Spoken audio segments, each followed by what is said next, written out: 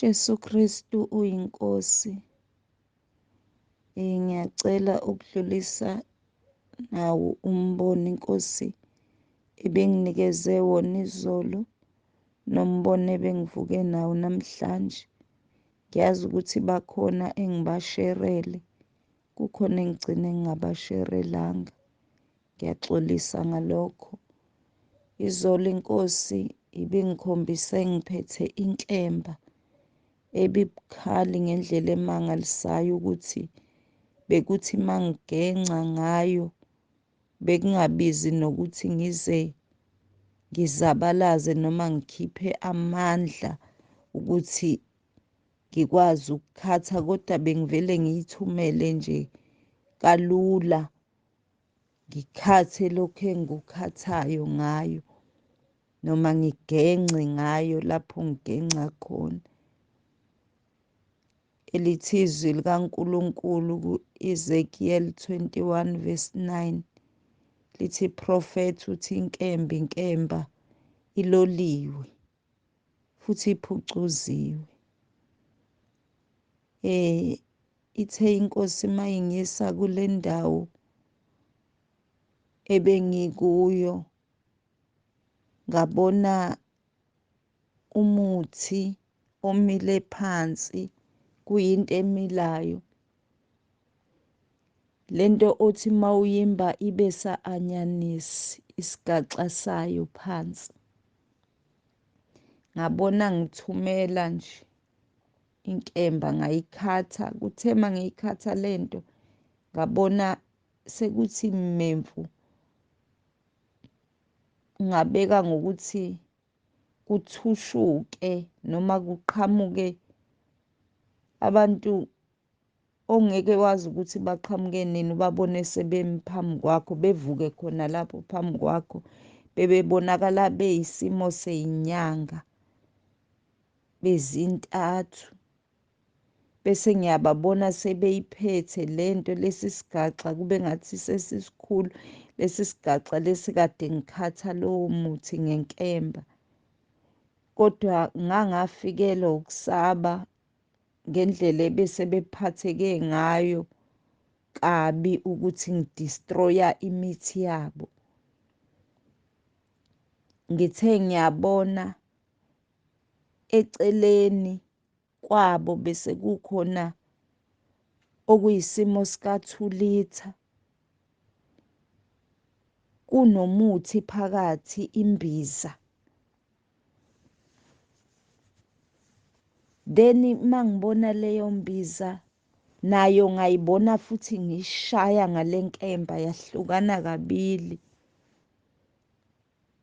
Ngesikhathi ihlukana kabili lelo bhodlela ebelinembiza, ngase ngibona kuqhamuka iy'nsizwa, abanye engibaziyo, iy'nsizwa ey'kholwayo, abanye bengingabazi, bagqilaziwe,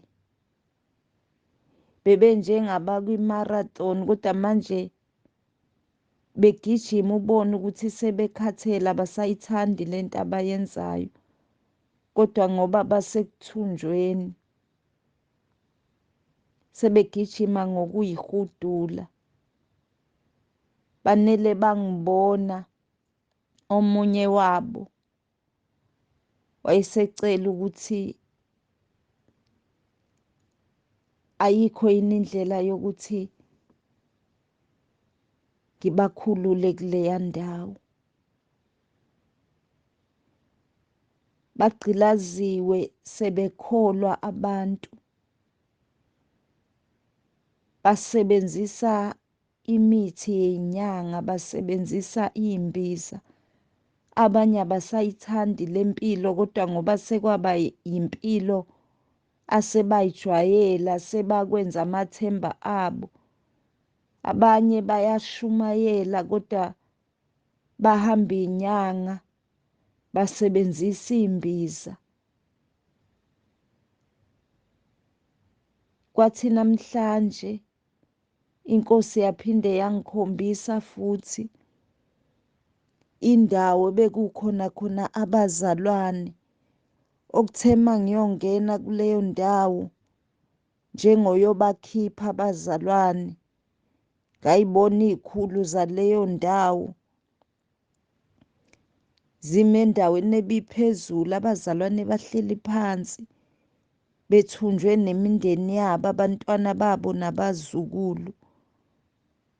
Ngathi mangithi ngizama ukungena ngesango lakuleyo ndawo bangivimbe, ebebeyisimo sama-security ebebemi kulelo sango. Bathi ngeke nje beze bekwazi ukungidedela ngidlule la, beze bengikhombisa lezo yikhulu zabo. Kanti bekukhona abazalwane bengibabona ngaphakathi, abanye engibaziyo, yebo nabanye angibazi, kodwa bebethunjwe nemindeni yabo. Ngase ngibona ngidlula kulelo sango, Nkosi yangiholela ukuthi ngidlulele phambili, kanti ikhona indawo engizofike ngingene ngayo. Ngase ngifinyelela kubazalwane laba basekuthunjweni, bathunjiwe, bathunjwa nabantwana babo nabazukulu babo. Yilokhu ukuhamba, uhambe nabantwana, kunohlobo labazalwane abasenhlanhleni yokuthi mabethi abazali babo akiwe ey'nkonzweni, behambe beye enkonzweni bevuma abantwana kanye nabazukulu belandele beye ey'nkonzweni. Kodwa lowo mzali ebengahlolanga kahle ukuthi la ebayisa khona abantwana kungabe uNkulunkulu ukhona yini. Ngikhumbula lelo zwe lakhuluma ngolunye usuku, kwakuyi-Sunday, kuyisonto ekuseni, lakhuluma leli zwi lathi ukhona yini uNkulunkulu kulo mkhumbi oyokuwo. So kubiza ukuthi siyibuze bazalwane ukuthi usakhona yini uNkulunkulu emkhunjini esikuyo, noma sithi siqhuba abantwana bethu bayokhonza kanti sibayise ekuthunjweni. Ngathi uNkulunkulu engasisiza siqaphele bangcwele, sibanxusele abantwana bethu, ngoba abanye abazalwane bekukhomba ukuthi baze bangena lapha nje kungenxa yokufuna ukujabulisa abantwana. Abanye benza izinto ngenxa yokuthi abantwana bafuna ukwenza lezo zinto, egcine sethunjwa nomzali ekholwa ngenxa yokuthi ethi wenzela umntwana wakhe, wenzela ukungajabhisi umntwana wakhe, enza izinto ezizomyisa ekuthunjweni. Yebo, kumele sizinxusele kanye nabantwana bethu ukuze siphume ekuthunjweni. Usho njalo u-Ezra chapter 8 uverse 21. Simele ngisho ukuzila ukudla sinxuse ukuba sikhululwe, sicele indlela emhlophe kuNkulunkulu ukuze sihambe ekukhanyeni singathunjwa, ngoba abanye basuke bethi basiza abantwana babo, kodwa abantwana basuke benza izinto zokungakholwa. Ileyo mbono iNkosi ebenginikeze yona, engithi angifakaze ngayo ukuthi impela kunjengoba iNkosi ikhuluma, bayathunjwa abanye abazali ngoba benzela abantwana, begcine sebethunjwa kanye nabantwana babo. Asiqaphele bazalwane. Jesu Kristu inkosi. Amen.